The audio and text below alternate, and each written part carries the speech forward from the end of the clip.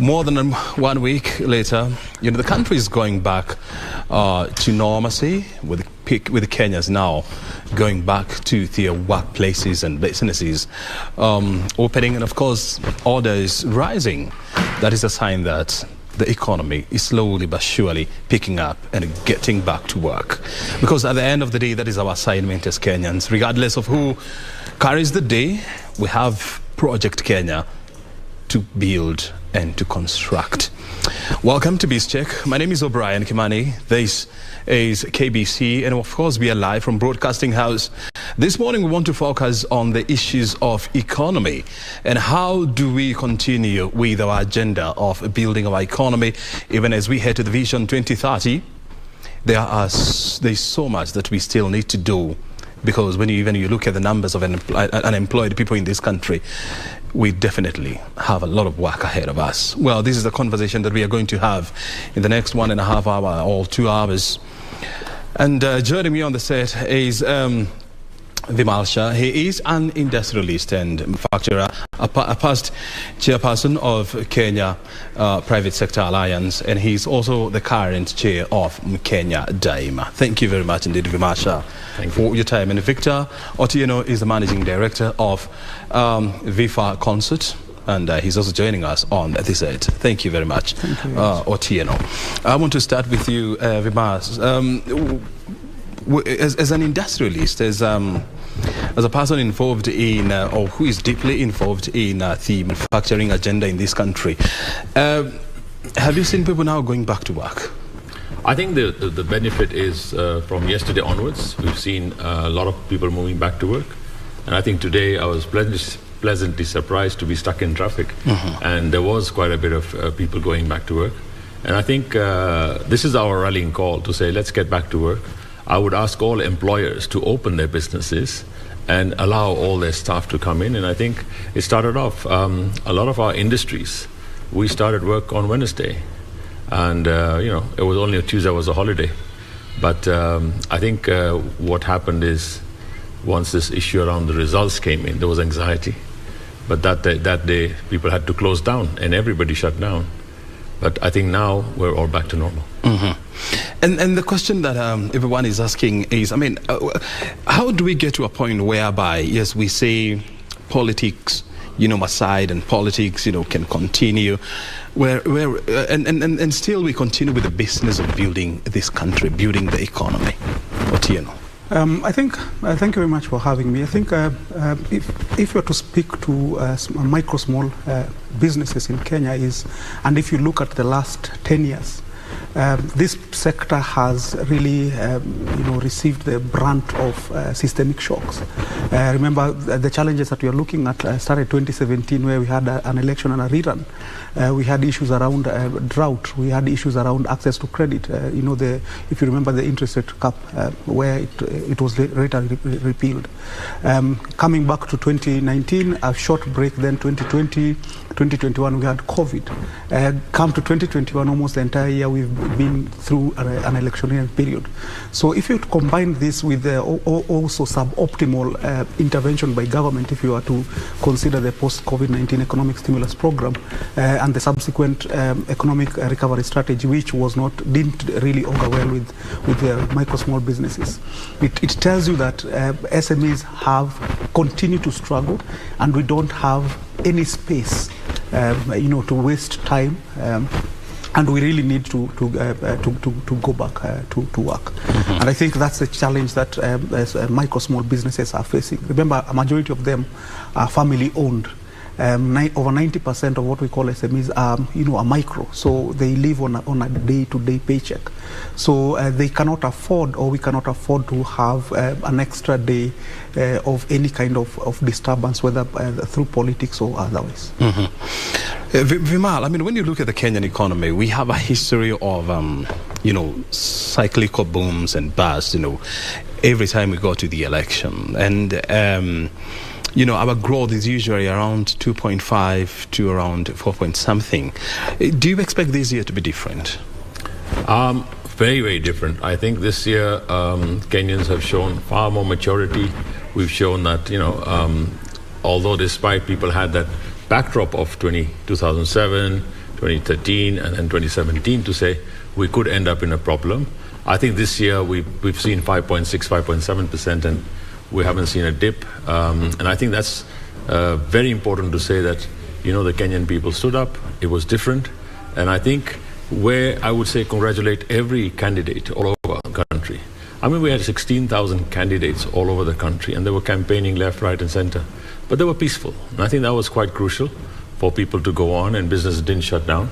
At the last week, I think a lot of people said, destock, reduce your stocks, and don't have transport and stuff like that. A bit of a disruption, because I think the fear was still there. But I think we've come a long way. And I think what is ended now in is everybody's shown their leadership. All our leaders, all those who won and all those who learned what to do better next time, have been mature, number one. Number two, I think never again will we have that situation where we see a dip. And I think what we would gun for now is to have everything done by electronic voting, and really have a system whereby you're working, and the same day you just put your vote on your phone or your device or whatever. And let's get that system designed and made by Kenyans. Test it now, put it together, and say, fine, here we go. And really, we can do it. It's not difficult for us to do it. So I would just say that I think the democracy has deepened, people have matured, and you have so many independent candidates this time. So I think it's good. I think we've come a long way.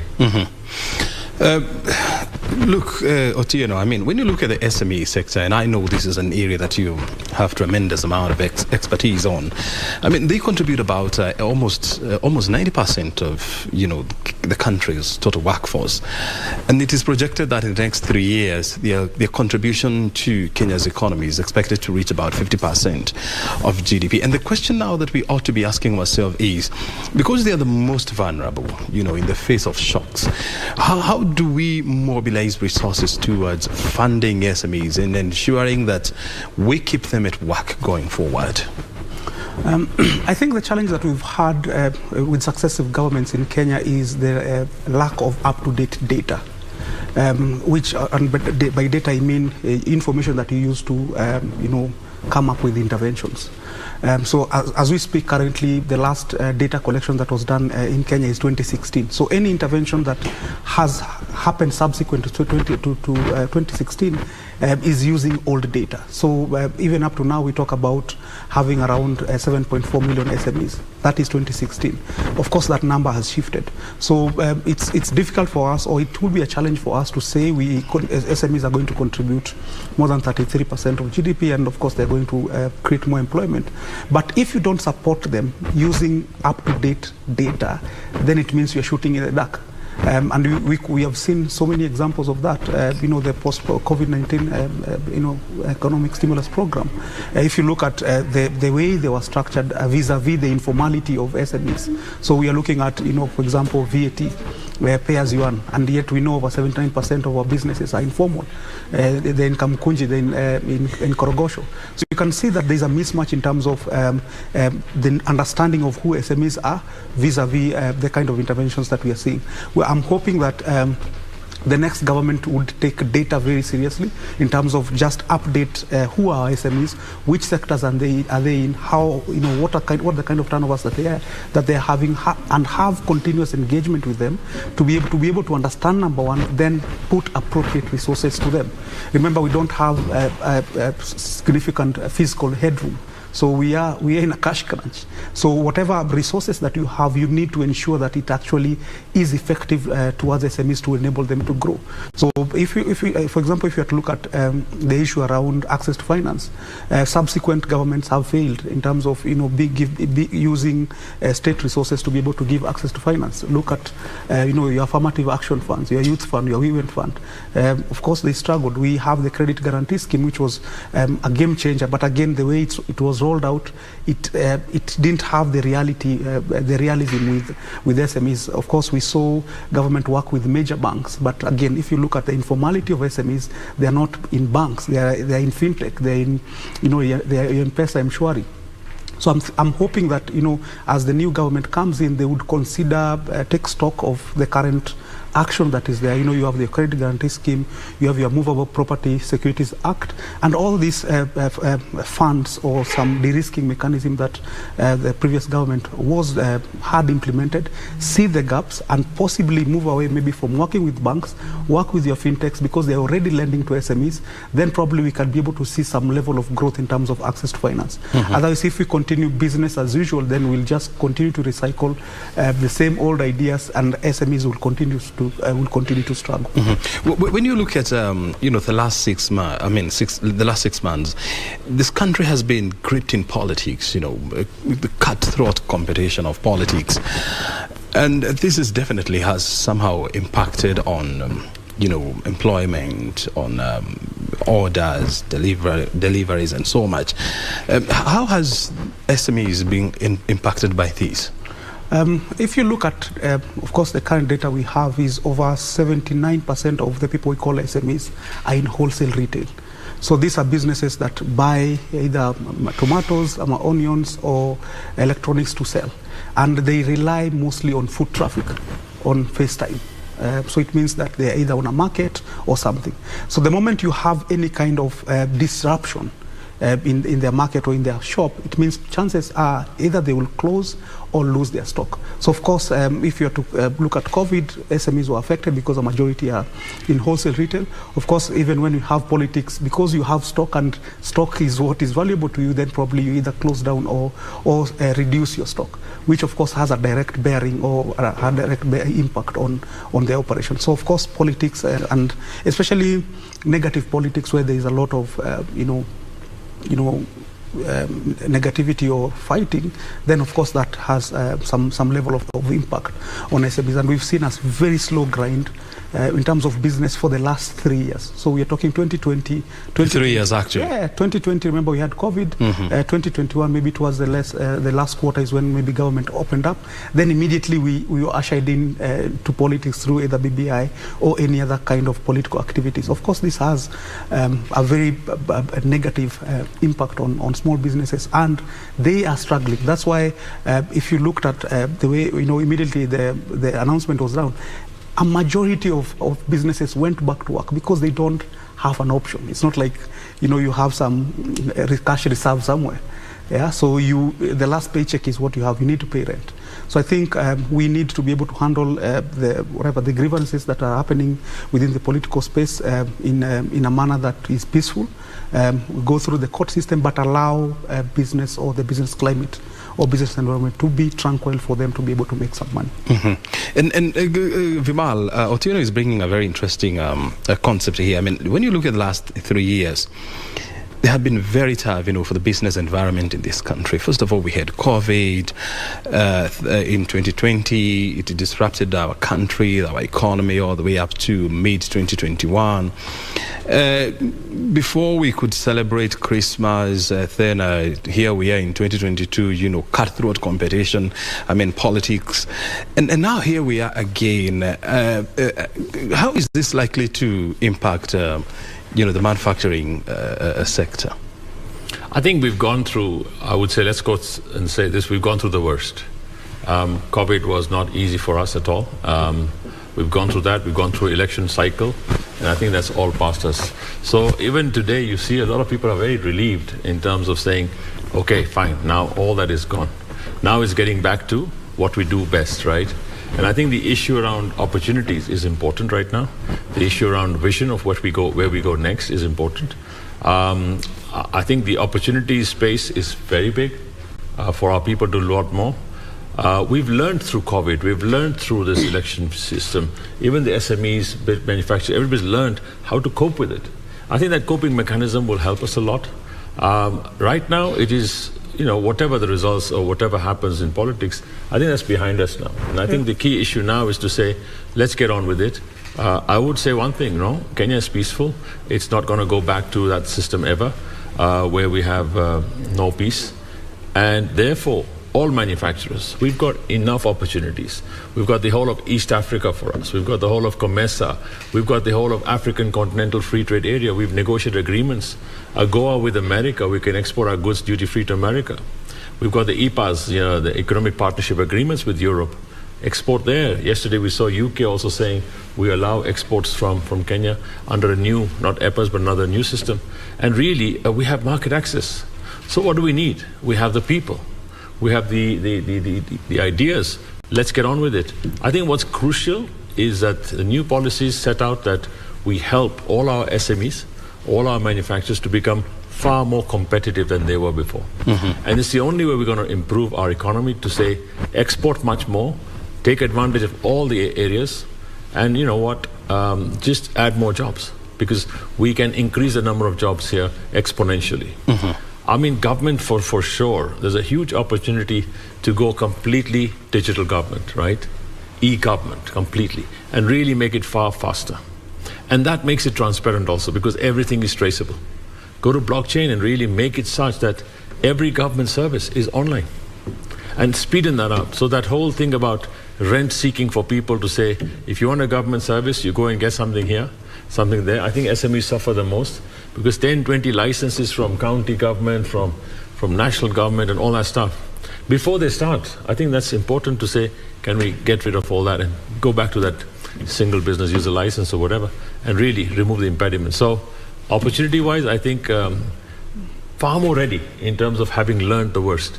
And I think right now, it's just that space to say, wow, big relief, and we get on with it.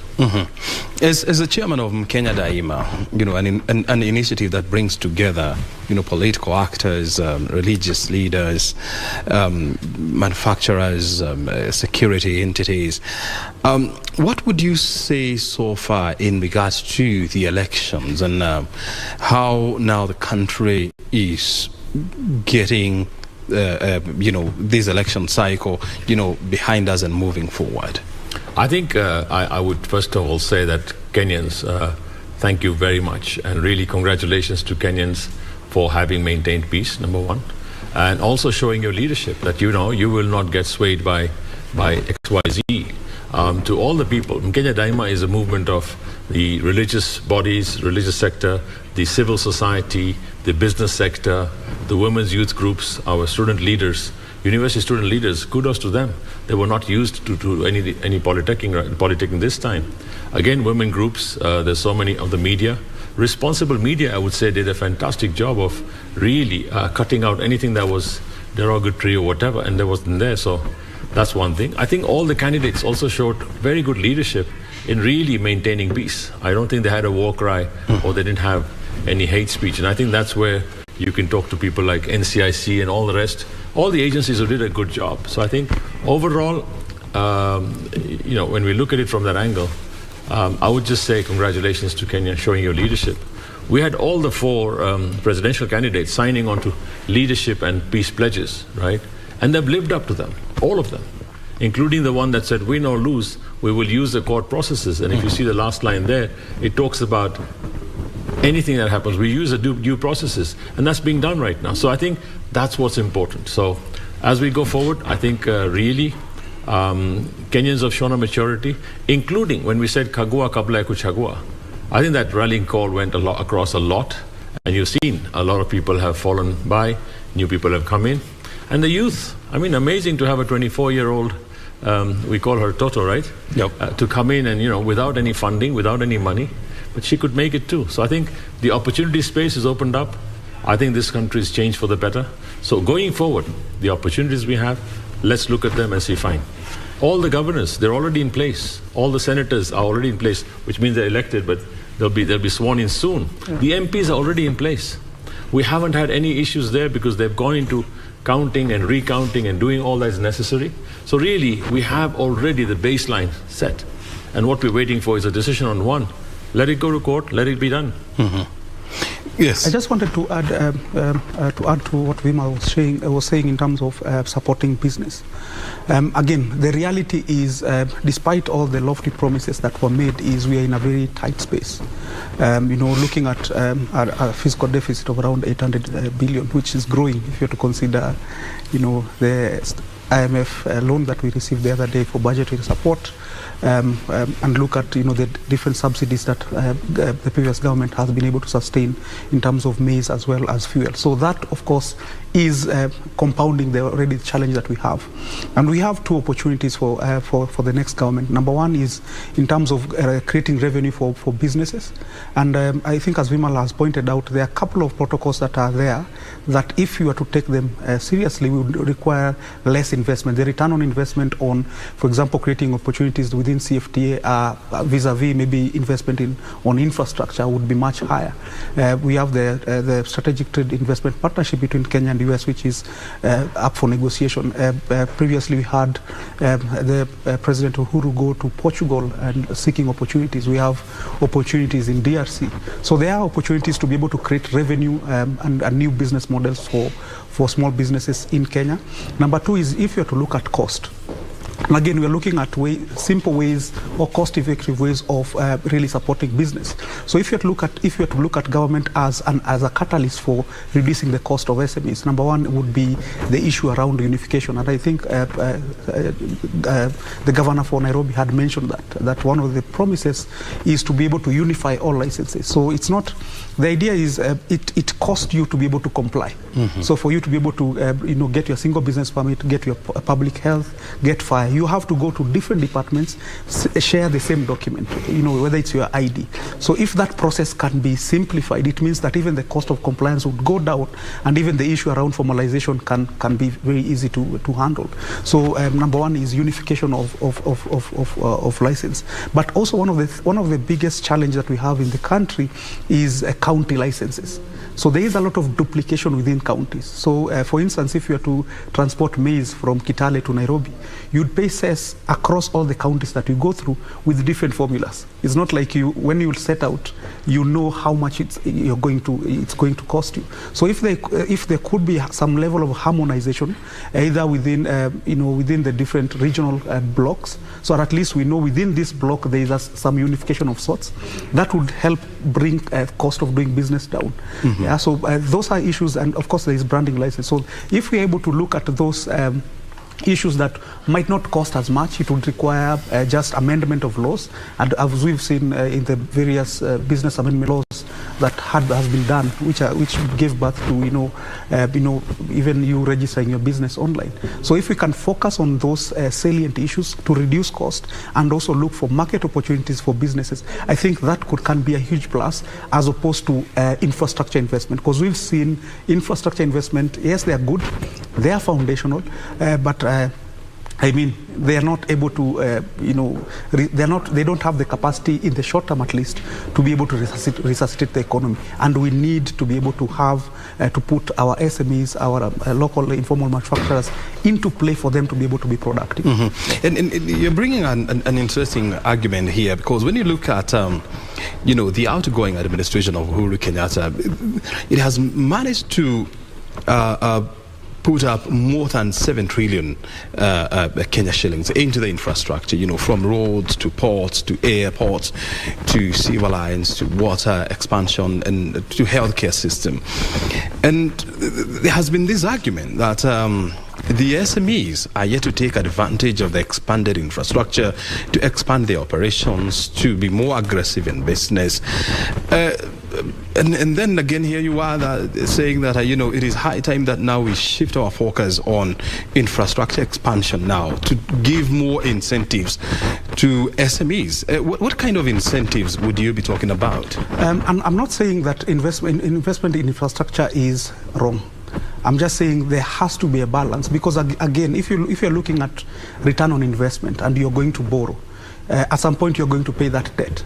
So if you don't invest in a sector or invest in a way that allows you to be able to repay your debt sustainably, then you'll have challenges. What would mean is you're investing in infrastructure, it's not giving you a return, so you have to get revenue from elsewhere. What happens is either you have to overtax your business people all borrow more to be able to sustain debt payment, and that can't work. So I think it's been proven that SMEs are the backbone of the economy. They're contributing 33% to GDP. They are employing over 30% of Kenyans. That is where your cash cow is. If you just need for them to grow by a certain digit. If they grow 10%, that means there is a direct correlation between that growth and revenue collection. So that is what we are saying. So for you to be able to help them, number one is you need to be able to get their data. If I don't know what you're going through, then probably I'll prescribe a wrong medicine for you. So what I'm saying is our data is old. We need to update that to be able to ensure that we know what we are dealing with. Number two is we need more dialogue so that, of course, we can do data, but there are also qualitative issues that small businesses go through. For instance, I can give you an example. Is a lot of manufacturing is informal. So the thing we call manufacturing in Kenya, 95% in terms of population is within the informal manufacturing. They contribute around 40% of the total contribution of manufacturing. The small, medium to big manufacturers around 5%, but contribute, of course, higher in terms of 60%. So the potential is on the small informal manufacturers who are in Majengo, who are in Kariobangi light industry. Can you be able to support them? Don't say, let's take them to a special economic zone. Help them where they are. What do they need? They need electricity. They need a clean environment. They need this and that. If we can be able to solve that now, it means that they can grow by a factor of 10, and that has a direct correlation in terms of revenue collection.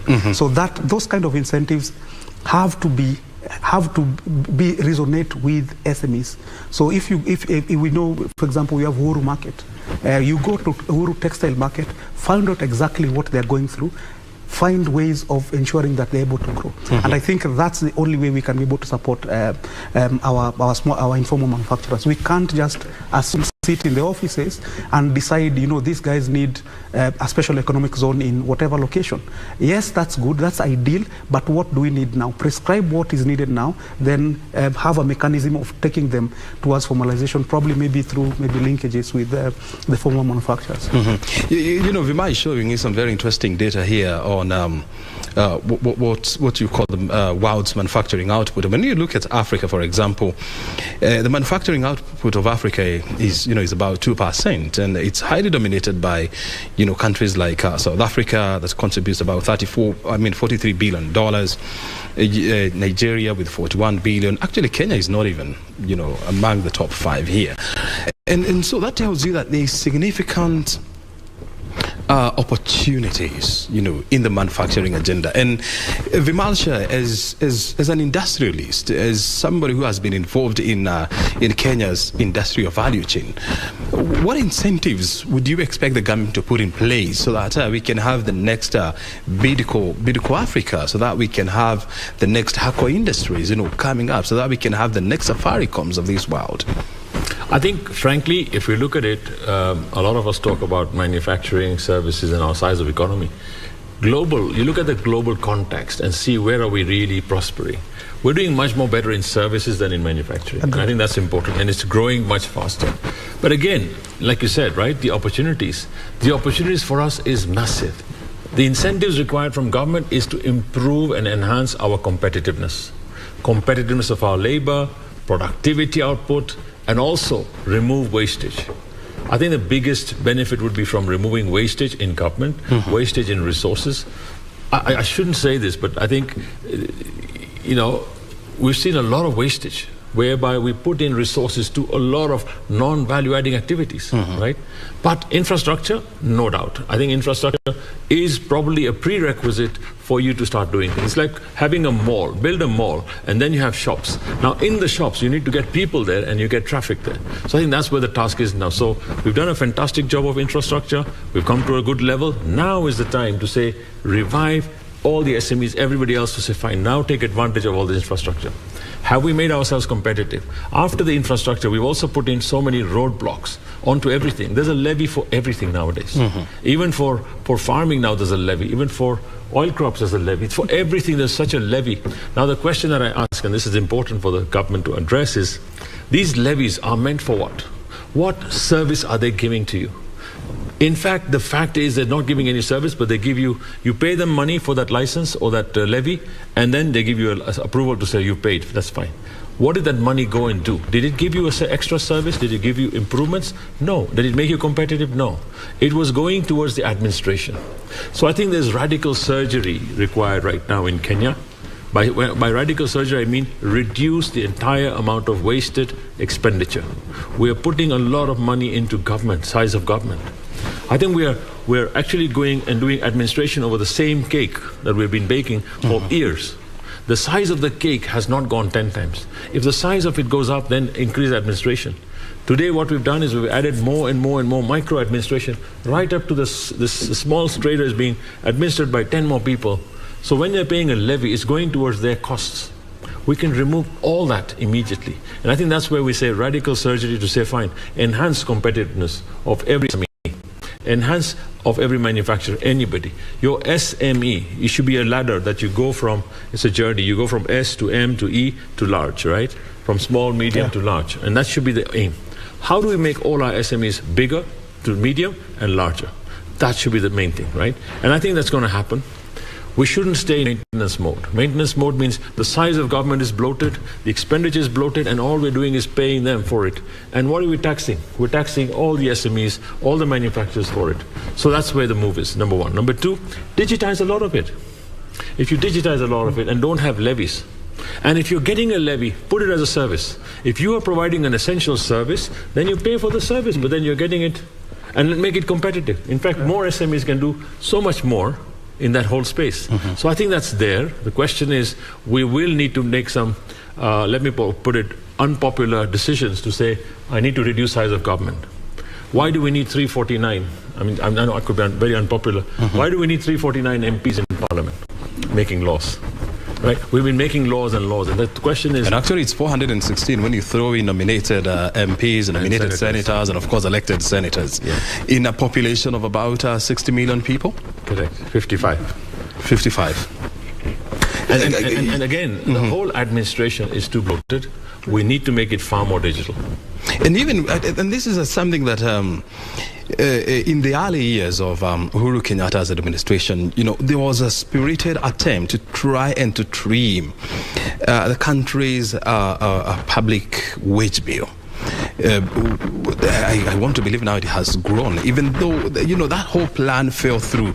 Is this something that you would expect the new administration to pick up? And where do you see are areas where the government can cut down on wastages?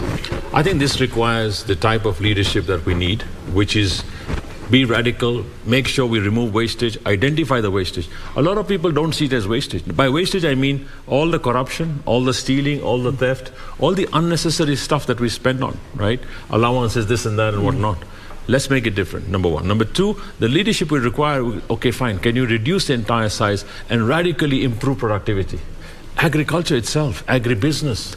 Move from being agriculture into agribusiness, add value to all our products and really make it better. Even if you see the elections this time, right? All the jackets and the coats and the caps and the t-shirts are coming from China. Why aren't we adding value here?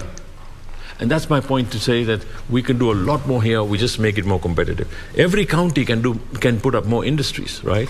If we went into fruit farming and other farming, scientific farming is the only way to go. There's no other option. And that way you're not rain dependent. Irrigation, like crazy, just go and do irrigation, which means water management at the best level, and then give nutrients. Fertilizers, we don't even have a full fertilizer factory in Kenya. We're still importing and mixing in Kenya, right? Why can't we get into that in a radical way? Number one. Number two, I think the issue is that the leadership required right now is to say we have done enough with corruption. In fact, give a full amnesty and say, fine, get out with it, but from now on, no more leakages. And be very ruthless on that. Yeah. I hope I answered your question, but incentive-wise, competitiveness. Competitiveness, that's what you're talking about. Yeah, yes. I just want to, again, it's always easy to learn from others. You know, where we are in Kenya, we are very similar to the situation Japan was in after World War II, between the years 1945 to 1956. And the challenge that was facing them, which is currently facing Kenya, is, of course, as you rightly put, is productivity in terms of agriculture. Number two is technology. Not only technology in terms of e-government, but technology in terms of the resourcefulness of Kenyan entrepreneurs. We have indices after indices indicating that Kenya is performing well. Look at the Global Innovation Index. Kenya is number 3.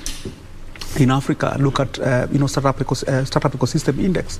Kenya is up there. If you look at the amount of venture capital that Kenyan startups are attracting, we currently account for 17% of all venture capital coming into Africa.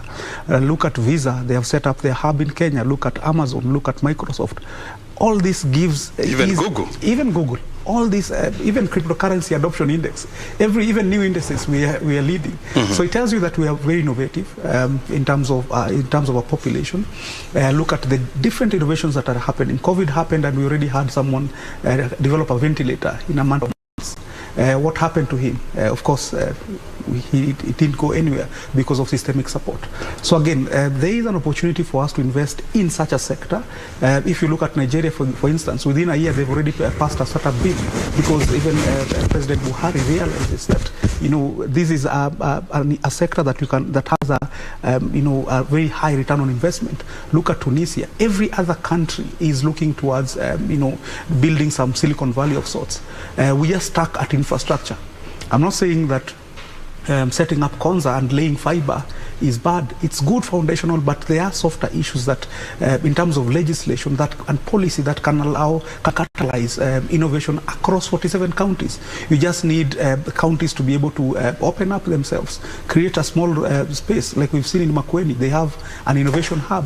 Then bring young people, start training them, and just giving them the support for them to be able to attract funding. We're already attracting over 17% of all venture capital coming to Africa, and if you are to analyze that we are still at seed stage. We are not attracting big ticket venture capital, which is where Nigeria is. So if we are able to create a critical mass of innovation, support them, then probably we can start to see growth in terms of innovation, which of course has an effect of making bigger industries or the big corporates to be more innovative. Why do you think Visa set up their hub in Kenya? Because they want to tap into the talent that is here for them to be able to create innovative products. The link between corporate Kenya and startup is still not there. Yeah, so that also is an avenue that maybe probably we can just explore. You see, when you look at SMEs, and it's proper to give credit where it's due. Kenya is one of the few countries in Africa that has enacted an SMEs Act. Kenya is one of the few countries in Africa that has an authority whose role and pure mandate is to look at the interest of SMEs in the country. But are we trying to say that we are very strong on passing policies, but very weak when it comes to supporting those policies and ensuring that there is an implementation through kind of a process? Exactly. So the whole idea of SMEs didn't start even when we implemented the MSME Act 2012. The conversation of SMEs started from independence. They had the MSME Act in 2020. We developed the MSME Policy 2020, which tried to condense all these interventions in government. But the challenge we have still is there is a lot of silo that is happening within government. Yes, we have an authority, the MSME, MCA, under the Ministry of Industry and Trade. But if you look at different ministries, there are interventions that are going towards SMEs. How many incubation centers that government have?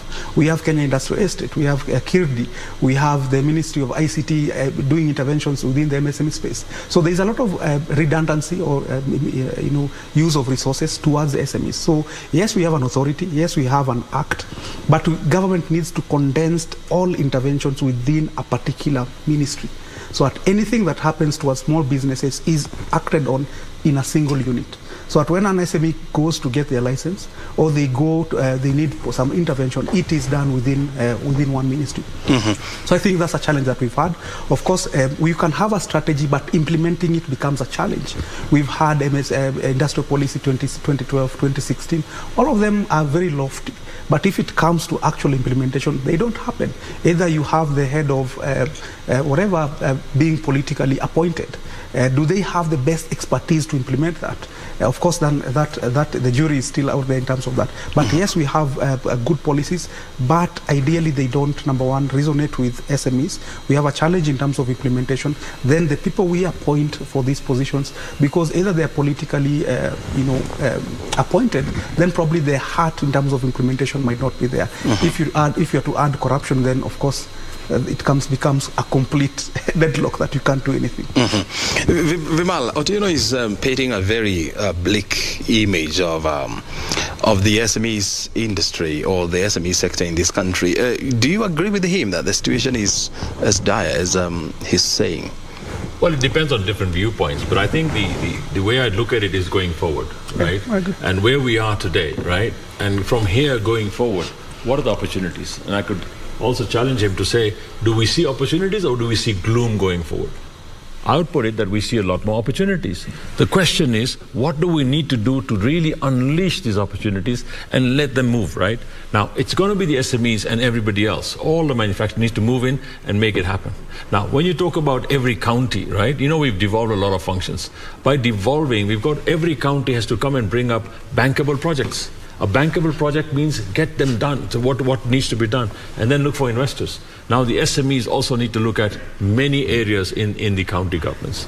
There's so many opportunities there. The question is, what are we doing about it? I think a lot of concentration was in Nairobi, right? And the cities now, Nakuru is probably the fastest growing city, Eldoret, Kisumu, Mombasa. But really, can we look at that and say, fine, what else do we need there? I would put it this way, let's find out the pain points of all the SMEs. What are the pain points? Is it this, that, what not? And, frankly, you'll find 2-3 things sometimes. A link to market is missing. A link to market. Where do I sell? I do all this, but where do I sell it, right? If you see a lot of our handicrafts and a lot of creative stuff also, when it's made locally here, the question is we don't know where to sell it. That's where they need the help.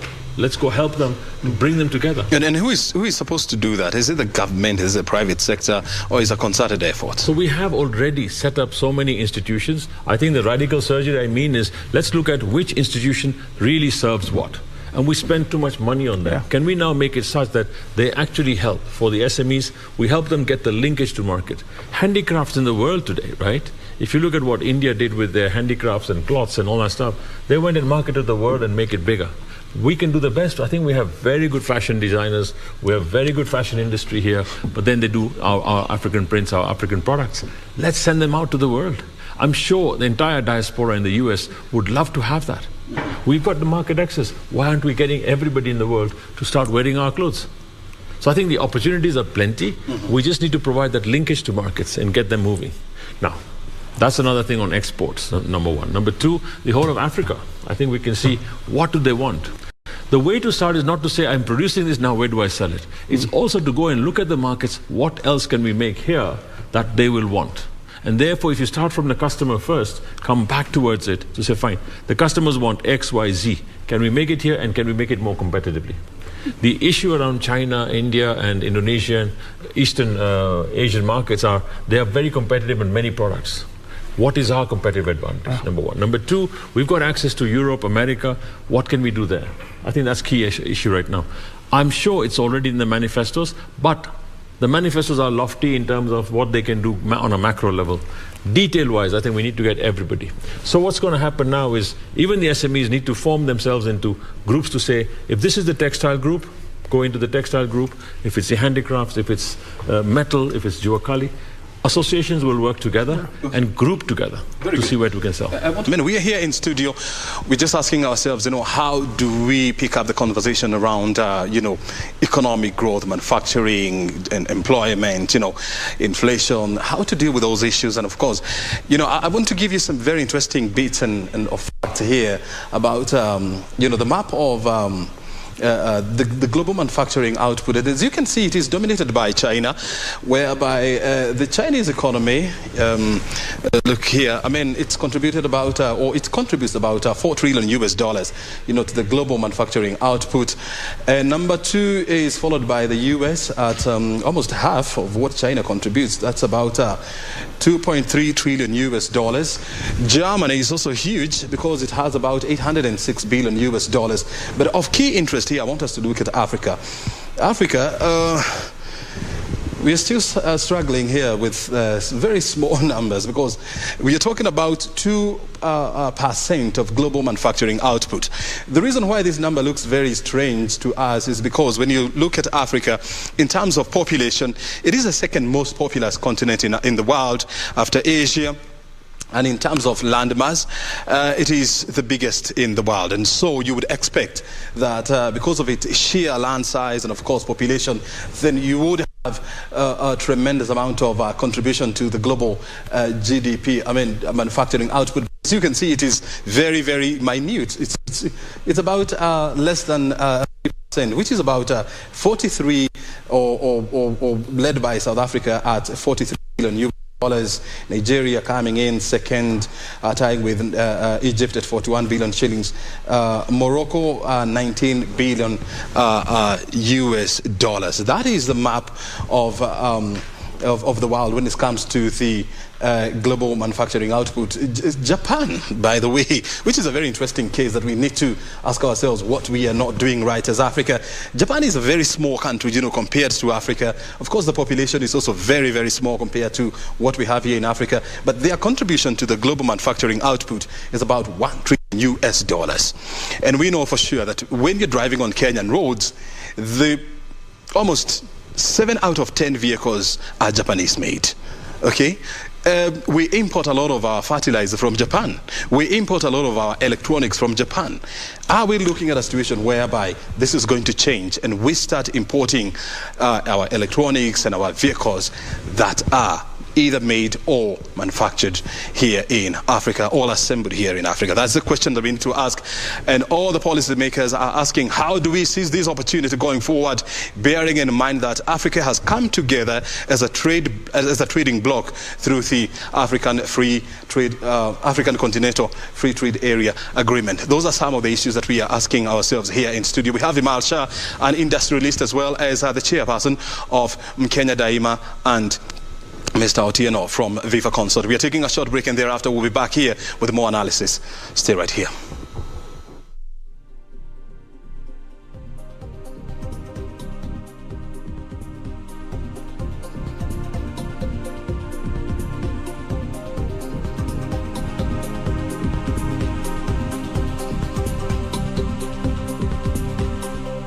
And we are looking at the global manufacturing output, and when you look at this line, it's going to tell you a very interesting story, because in 1997 the output was about $6 trillion US dollars, and this has somehow more than doubled in the last 20 years. I want to look at the 2017 numbers, which was captured at 13.2 trillion US dollars. That was in 2017. That is more than double of what manufacturing used to contribute in 1997. That was 20 years ago. And now when you look at between 2017 and 2021, the numbers here are 16.5 trillion US dollars. There was a drop in 2020 for obvious reasons, because of the COVID-19 pandemic that somehow disrupted the global economy much more the manufacturing agenda. So that's how the manufacturing agenda of the world looks like. But I want now to focus on some very salient numbers here coming from the International Monetary Fund. When you look at the World Economic Outlook updated that was released in July this year, you can see the numbers here are looking not very, very good, because the global economy is expected to expand by about 2.9%. That is actually a significant drop, when you put in mind that the world economy expanded by 6.1% in 2021. 2022, you're looking at 3.2%. In 2023, the number is actually likely to look even worse. This is all explained by the global geopolitics. Remember, we are having the Ukraine-Russia crisis, that has impacted the world, badly, and of course, expected to continue up to 2023. Advanced And when you're talking about advanced economies, you're talking about countries like the US, the Europe, Germany, and Germany, Italy, such countries. Their growth in 2021 was 5.2%. It is expected to drop more than by almost 60% to 2.5%. This number is actually, again, expected to nosedive in 2023 to 1.4%. Numbers there are looking pretty bad. Look at the emerging markets where Kenya is. And in 2021, the economic growth was 6.8%, actually outpacing the global economic growth. In 2022, again, it's also expected to grow faster than the global economy, but of course, it's expected to be a dip compared to 2021 at 3.6%. And then when you go to 2023, there will be an uptick of around 3.9%. So that's how the global, the emerging markets and developing economies are expected to grow, and this is where Kenya falls, bearing in mind that we are members of the global economy. We are expected to be impacted by what is happening elsewhere. And at this point, I want to pose this question to Victor Otieno. When you look at these numbers, I mean, SMEs, we know for sure that they are a critical component in Kenya's manufacturing agenda, in Kenya's economic growth. How do we boost our numbers, by tapping into the SME sector? I think it requires, as Vimal is saying, radical surgery in terms of our philosophy. So if you look at the big manufacturing countries such as China, etc., they are manufacturing for the world. So it's not like they are looking to manufacture for the local population. Mm-hmm. And this, of course, cascades to policy. So if you look at, I think there was a World Bank report that I was looking at the other day, and China has an interesting model around manufacturing called plug and play. So what plug and play means is the government comes and puts infrastructure. They go look for market out there, whether it's looking at big clothing brands. They get the order, come back to their manufacturing and allow SMEs to manufacture for that market. Mm-hmm. So that immediately what happens, the issue around market intelligence in terms of knowing what to manufacture, that cost has been removed for the SME. So their only job is to focus on manufacturing. And this has happened for Singapore, has happened for Indonesia. If you have to look at the business process, BPO, so in terms of call centers, it's the government's job to go look out for global value chains, come and train SMEs to be able to meet that market. So it means that there has to be a policy shift for us to be able to look outward rather than making your kiondos, making your curious, and assuming that you're going to get customers. Business has to be driven by market intelligence, and that's what China is doing. That is what Vietnam is doing. If you look at us, maybe from a policy perspective, we are building special economic zones and assuming and trying to attract foreign direct investment. What that happens is, yes, you might be able to get some forex, but the cascading effect or the ripple effect of technological transfer does not happen, or there's no backward linkage towards SMEs. So I think the model that we should be able to do is look for markets, build our special economic zone, and put our SMEs having found out markets, then manufacture, as opposed to having your EPZ, having your special economic zone, and waiting for investors to come in to be able to manufacture. I think that shift can really boost our output in terms of capacity. And what that happens, what that would mean that there is more collaboration between SMEs and the larger manufacturers, because we are all looking at a single market and organizing ourselves, whether by counties or private sector, to ensure that we're able to feed or to manufacture for the world. Very well. Vimal, I mean, in 2018, President Uhuru Kenyatta developed what he called the Big 4 Agenda, and one of them was manufacturing, whereby the whole plan was to push the manufacturing sector's contribution to Kenya from 9% to around 15% by the year 2022. Unfortunately, this has not happened. So how then going forward do we push this agenda and ensure that we not only surpass the 15% target that was set for this year, but probably maybe even go to 20%, because we do not have a case study in the world whereby a country became a developed country without a strong manufacturing base? I think we've got to look at the figures, right? We were targeting to get to 15% by 2022. That was a matter of 5 years, mm-hmm. right? In 5 years' time, we get to 15%. But in 5 years' time, our actual GDP would have jumped up a lot higher, right? So when you look at 15% of a higher figure, we actually had to add every year, close to 30-40% on our current capacity. So we had to really do a lot of stuff that we didn't do. I think what we didn't focus on is really implementing much more manufacturing, much more agribusiness, and improve the productivities. This is where, when I'm saying radical surgery, we need to really move from where we are today to have a set standard that is much higher. Now, if we don't do that, it's all about execution, execution, execution. The plan is there. The plan was commercial farming. The plan was massive manufacturing being done here for the world. If you see 4 trillion is what China is doing, we're not even doing that. Our whole GDP is $107 billion per annum, and we're expecting 110 billion this year or next year. But that's also come because of inflation. And I think the issue is that we're at 5.2. So we're in a good position right now. We're at 5.2% growth rate on GDP. So we haven't dropped that yet. And I think this year we'll still end up there, or 5.3, 5.4. That's not bad globally. When you look at your figures that you showed earlier, we're still better off. So we have a positioning. And that's what I'm trying to say is, from this positioning, let's have very high standards. I think the manifestos were clear. They're going to do a lot more. And, you've got everything, manufacturing, agribusiness, digital superhighways. You've got a lot there. So if we just do that and implement it, we can get there. Number 2, we've got to make sure that we remove a serious amount of spending wastage in the system. We had record collections from KRA. So I think KRA's digitization has helped massively. Now, what Victor is talking about is the data. Let's collect all that data. Let's make sure we've got warehousing and we mine that data to get analytics in order to take decisions, right?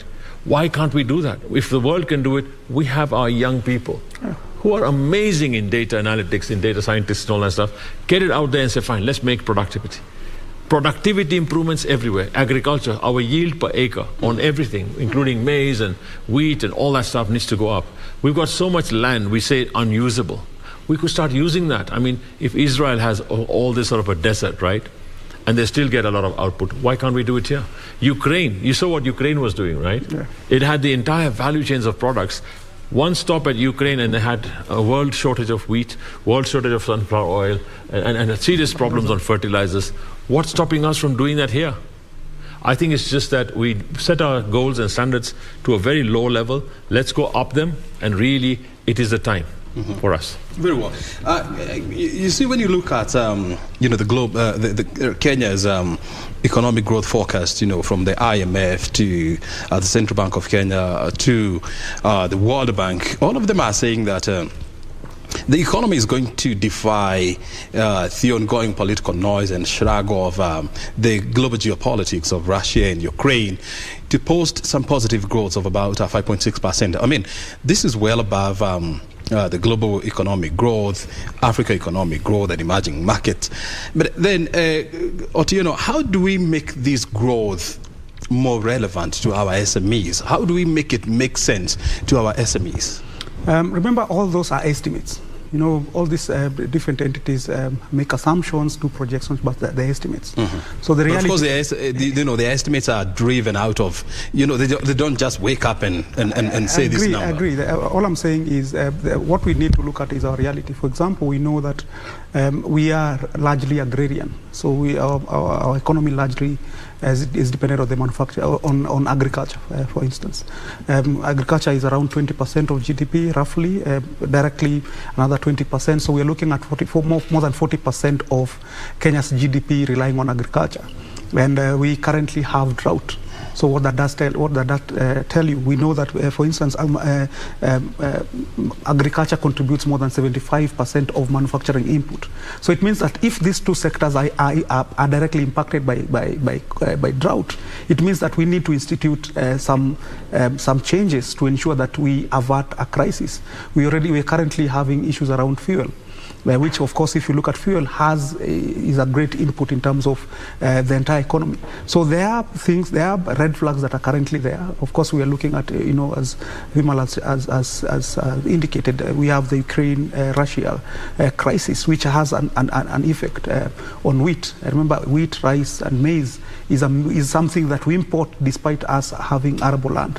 So I think, in my opinion, is that we have very little resources in terms of government is we need, number one, to get data so that we use the resources that we have in the most efficient and effective way possible.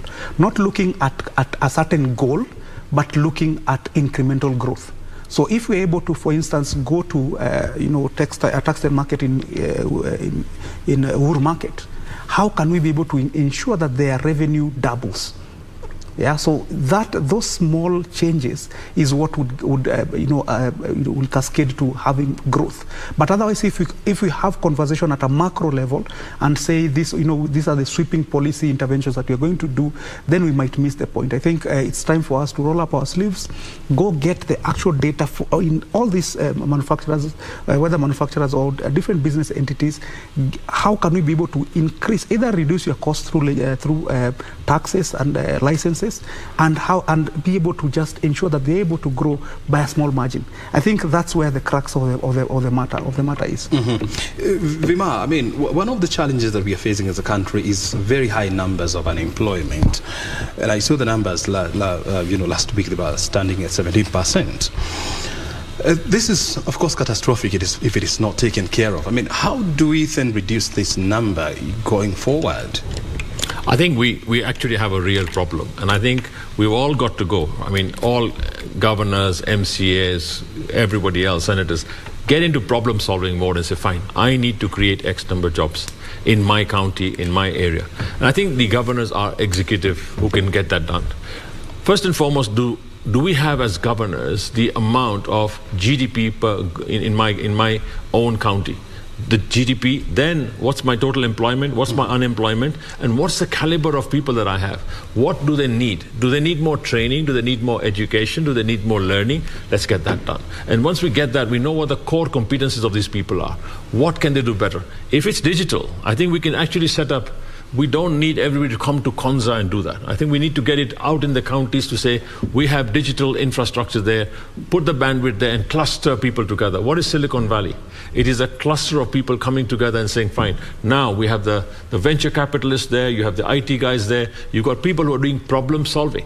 They don't have to be IT people, but they're doing problem solving for national projects. And this is where we can start saying, let's get them employed. Number one. Number two, let's go and create various types of data and all that stuff the digital place can do that for the whole of Africa. I think after M-Pesa, we don't have the next big thing in Kenya. Can we now start telling them, create these from every county? That's one thing. Second thing, I think when we actually check out the competencies we have, right? We have two things that we've got. We've got a good diaspora out there. In fact, I was in Qatar 2-3 weeks ago, and at a conference I was addressing, at the economic conference, they have 40,000 Kenyans already there. They said we need 100,000 because we like the ethos and the ethics of the Kenyan people. And that was amazing. So we could create world-class human capital here in Kenya and export to the world. You see what the diaspora remittances are giving us today, right? They're giving us very good foreign currency. So that's one export. Next, tourism itself. I think tourism doesn't even require investments. It requires a service attitude. It requires people to come in, right? When you get in the airport, stop this whole business of you can't get visas and all that stuff. We've got to open that up. I think that's something that we really make tourism. I mean, talking to our people, they say, oh, we're struggling with 1.5 million, 1.2 million tourists. Egypt gets 30 million tourists per annum. Why can't we aim at 10 million and 20 million and say, fine, now we get there. If we have to get there, we have to improve our airports, we have to improve our logistics, we have to allow airlines to come in through freely. We also have to build more hotels and build more resorts and upgrade our systems. I think these are things that have to be done. But that's a low-hanging fruit itself in tourism, right? Now, how many people can be employed there? They will all need to eat. They will all need to have places to go to. Our whole country, in fact, every county should have a very strong tourism agenda to say, fine, on tourism, what are we going to do? And really have that ease of doing business because it's all online. People book things online. Let's showcase our country to the world.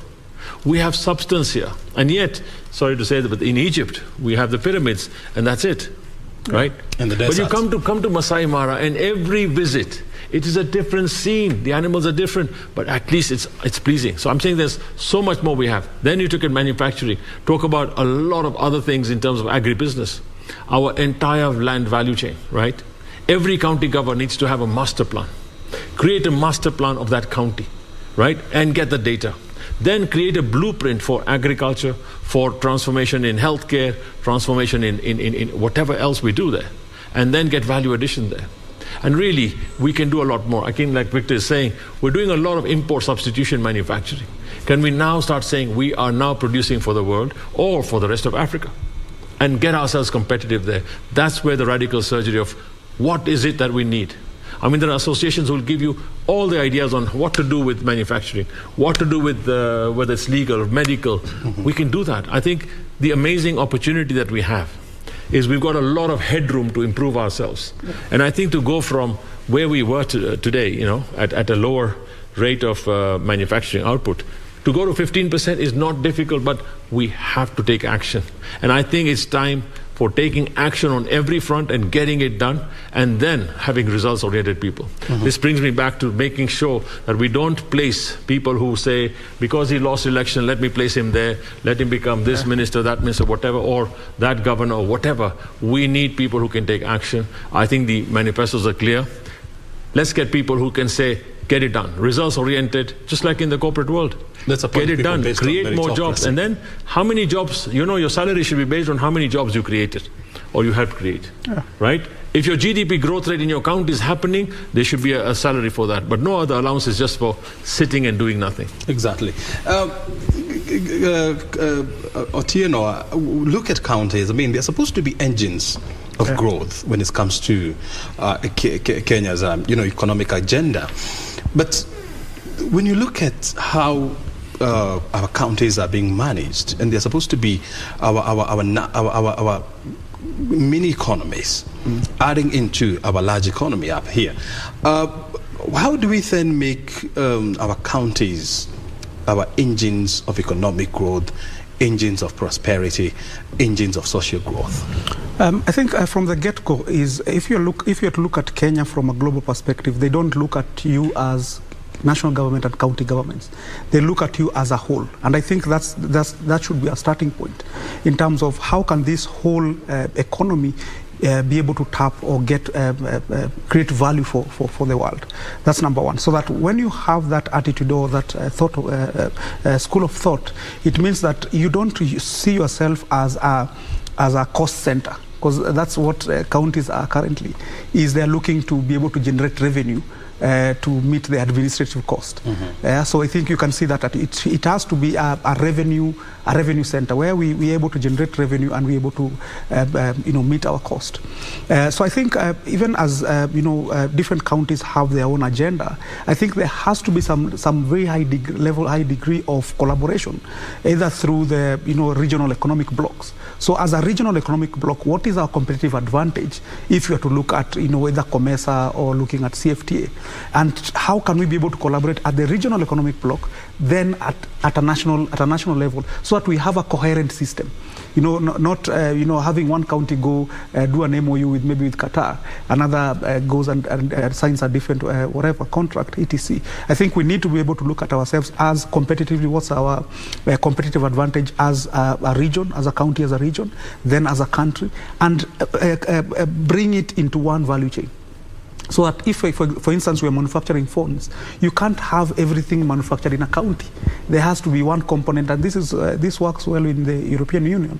You see, maybe, for example, Airbus. Airbus, you have different components being manufactured in different countries and assembled in one. But the full value is shared across the different nations. So I think that's the attitude we need to have, other than, it's me as a governor, this is my manifesto, and this is what I'm going to achieve. Chances are you might not be able to create the value that we are looking at. The world is looking global.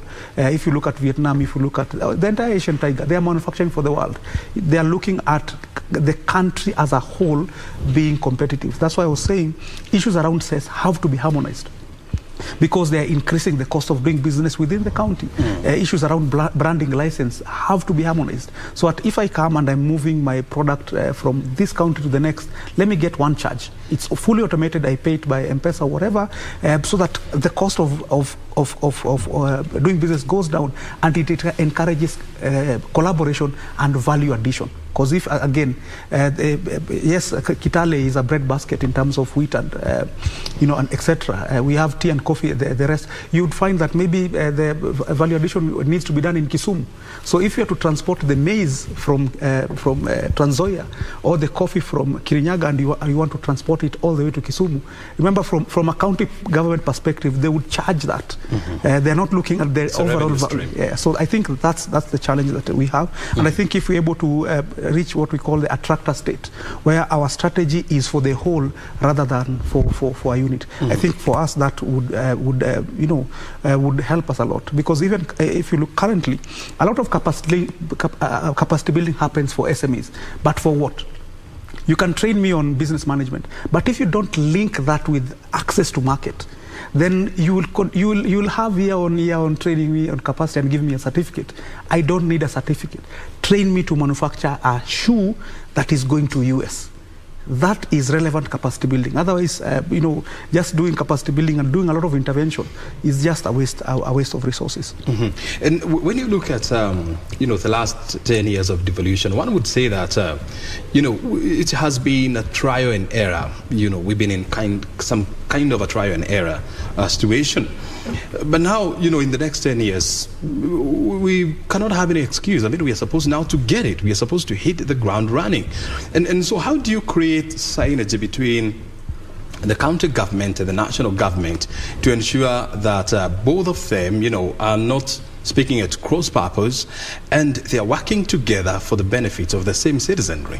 Vimal, I think it's going to be a tough one to handle right now, because we already have the campaign part over now, but now we still have a split government or split regions in terms of what.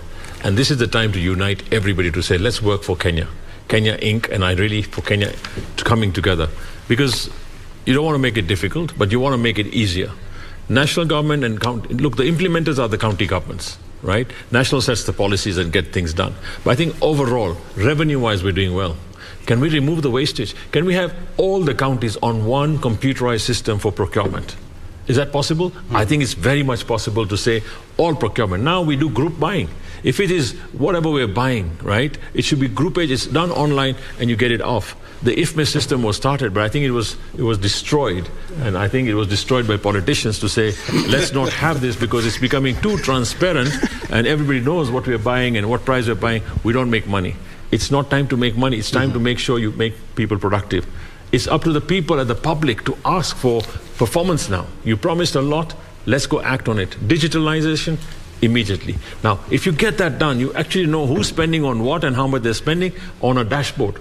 Create digital dashboards, what Victor is talking about, having a survey done once in 5 years, and then we're working on it. Have a digital dashboard. If you're driving your car and you see your speedometer is showing you last week's trip, right, on your speedometer and your gear shift, when do you shift gears? You need to have that live so you know all revenues. In fact, if you see some of them, I think like Keepia had a digital revenue tracker, which every day's revenue is tracked. They know it on their computer. They have a system. Why can't we get that for every county? And I'm sure it is very possible, because for now, I mean, I want you to hold your thought. Well, we are back here in studio. We're looking at the issues of economic development, job creation, as well as the SMEs and how we can boost them, to deliver more job numbers as well as boost economic growth. We are in the company of Vimal, Shah, industrialist, as well as the chair of Mkenya Daima initiative, and we're also in the company of Victor Otieno, the managing director of Viffa Consort. We continue with the conversation because our time is almost up, and I want to hear from Otieno. Otieno, we were asking ourselves, I mean, how do we synthesize, the development agenda at the national level with the county level? And when you look at the county integrated development plans, and then you compare them with Kenya's long-term economic growth blueprint, that is Vision 2030, you see a lot of gray areas. In a situation where counties are supposed to feed into the Vision 2030, it is the other way around. So how do we synthesize our development plans? I think that gives us a perfect opportunity to be able to align. Again, if you are to look at Kenya as a whole, looking at the global market, we need to have our vision aligned, both at the national as well as at the county. So Vision 2030, in terms of language, in terms of structure, in terms of pillar, has to cascade to the county integrated development plans, because again, counties cannot spend outside of the county integrated development plans. So I think that needs to be put out there. What that means is that even if we were to look at the finance bills of each counties, there would be alignment. So currently, as an investor, you can't even make the decision of whether to invest in Nairobi County as vis-a-vis Mombasa County.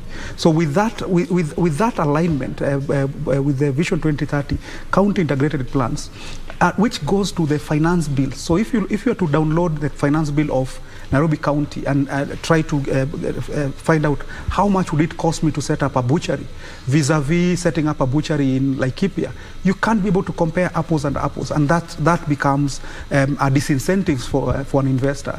And I think during the break we were just discussing with Vimal here in terms of why can't we have a county competitive index where counties are able to, of course, automate their processes, put information out there in terms of the full cost of doing business within the counties, then let investors or SMEs decide where to invest. I think with that index alone, that can be able to now can be an incentive enough for governors to be able to really ramp up their service delivery and investment efforts within the counties. And of course, the net effect is that Kenya becomes competitive, and of course, the cost of doing business and ease of doing business within the counties, is competitive.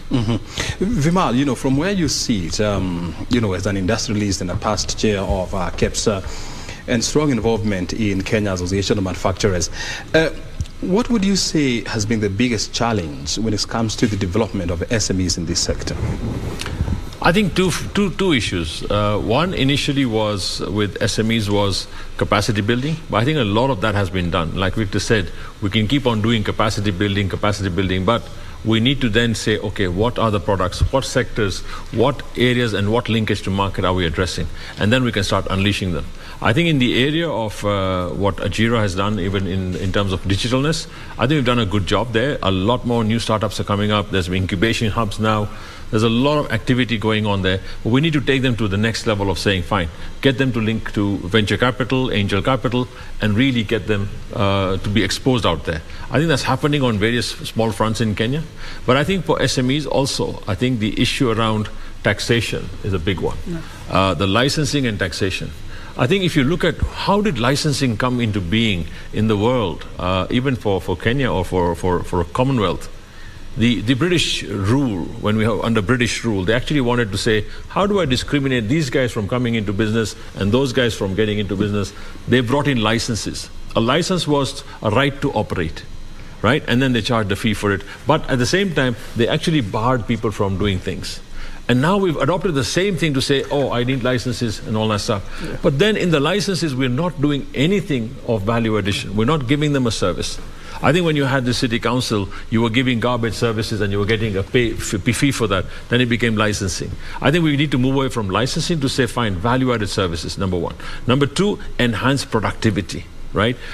Teach people how to do things, show them. I mean, the whole recycling, and we talk about climate change and environmental stuff. The whole recycling industry can be done in a big way on every county. Every county takes all its waste products, recycles them, whether it's plastics, paper, metal, whatever, and have recycling industries there. Why not? And I think this is where you could create thousands of jobs for people to collect that and sort it out. All you need to do is sort at source. Sorting at source, so that you put paper away, plastic away, metal away, and then you get recycling done. So there's a system for that. And I think this is where, if we build that capacity, we can do a lot more. It would add jobs, but at the same time, you could actually produce shoes. You could actually produce garments from a lot of these waste products and plastics. That's one area. Second, I think it's important is access to finance. Our biggest problem is bankable projects for SMEs. And this is where, you're heading the SME thing. And I think important thing is to say, how do we access finance for SMEs? what happens there? A lot of banks will come out and say, they do greenwashing and say, we've got a fund for SME, but then they go back and say, give me collateral, give me a house, or give me something really tangible collateral. There is no real lending being given here on a risk basis. They don't want any risk at all. So I think the bankers also, and I think that's another topic for another day, but bankers need to come and really say, we really mean what we say. Because the minute we go back and say, give me a property or give me real estate, and against that I lend, then really the people who are startups don't have that.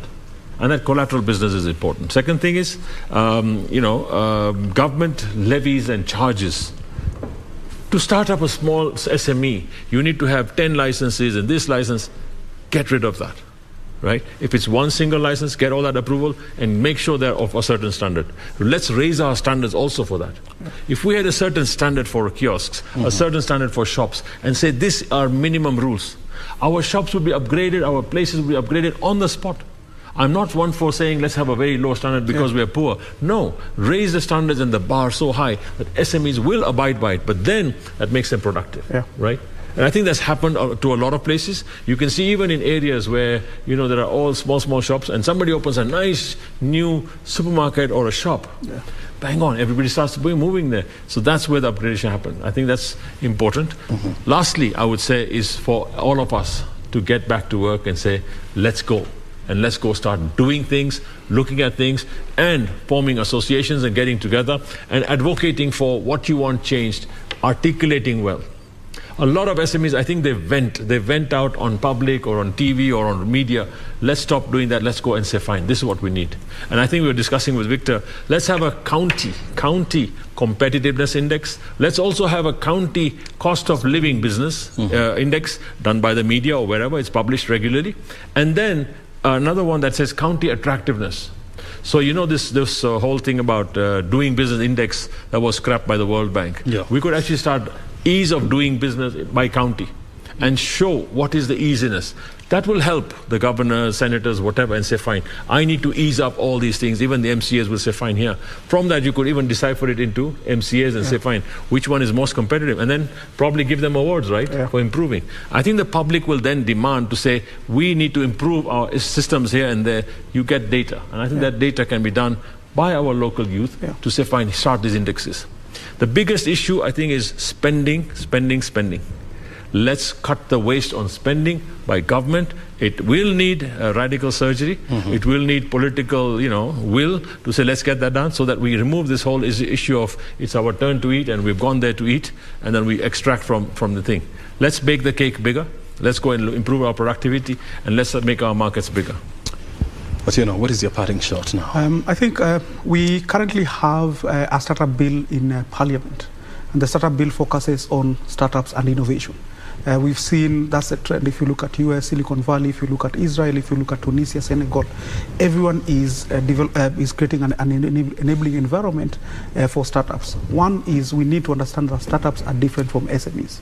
Startups are innovative, use technology and stuff. SMEs have a predictable business model. We currently cannot mix the two in terms of legislation. So I think for the next parliament, that's something that probably they need to take on seriously, and we hope that we can be able to unleash the power of innovation in Kenya. Very good.